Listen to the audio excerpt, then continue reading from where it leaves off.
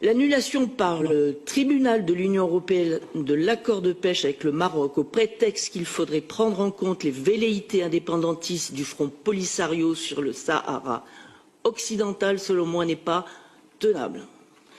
Nous en sommes déjà en 4 ans au 4e arrêt. Le Front Polisario conduit en effet devant toutes les juridictions auxquelles il peut accéder la même guérilla de harcèlement contre le Royaume du Maroc au nom du droit à l'autodétermination. À ceci près que, premièrement, le tribunal de l'Union européenne n'est pas une juridiction onusienne et qu'il s'octroie ainsi un rôle politique par le biais du droit qui n'est absolument pas son rôle.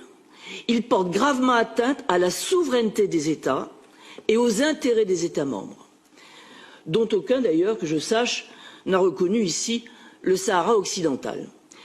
Deuxièmement, l'Assemblée générale de l'ONU a adopté le 13 septembre 2007 une déclaration sur les droits de 4000 peuples autochtones vivant dans 90 pays avec un registre international de ces droits. Le Brésil, l'Australie, le Canada, la Bolivie et quelques autres ont ainsi au moins 2 peuples. Et là aussi, que je sache, il n'a jamais été question de remettre en cause les accords passés avec le Canada ou avec le Brésil.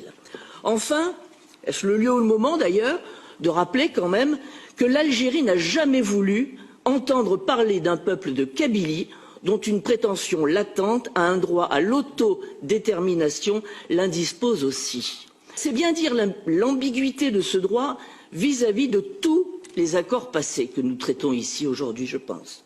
Soyons sérieux. Dans cette affaire, le tribunal de l'Union européenne aurait dû se déclarer incompétent. Dans cette affaire, le tribunal de l'Union européenne est incompétent en droit pour statuer sur la politique de l'Union européenne et les accords commerciaux conclus par nos institutions. Et j'en termine, la démocratie, mes chers collègues, ce n'est pas le gouvernement des